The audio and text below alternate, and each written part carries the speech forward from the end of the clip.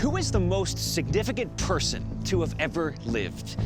This question set the stage for our previous two series of Drive Through History, where we explored the story of the gospel, or good news of Jesus Christ, and the lives of his first-century disciples.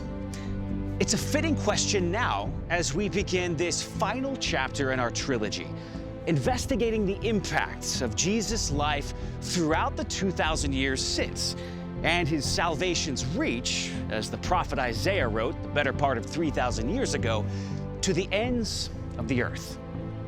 The history of the gospel of Jesus Christ throughout the world is unlike any other story. And it is, by the way, a true story.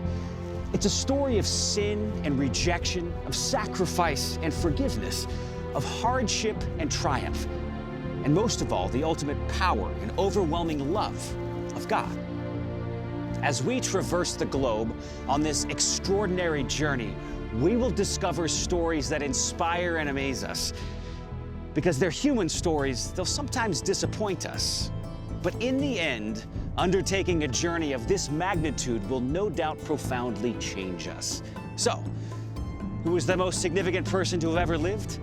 We're about to go about as far as is possible to travel on the globe before we're actually headed back again in order to demonstrate that Jesus of Nazareth is the only viable answer to that question. This is Drive Through History, Ends of the Earth.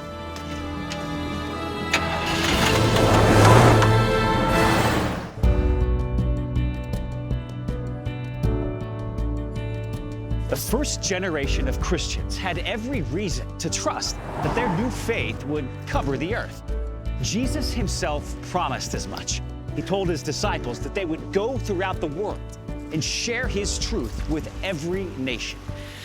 Go and make disciples of all nations, baptizing them in the name of the Father and of the Son and of the Holy Spirit, and teaching them to obey everything I have commanded you. Matthew 28, 19 and 20.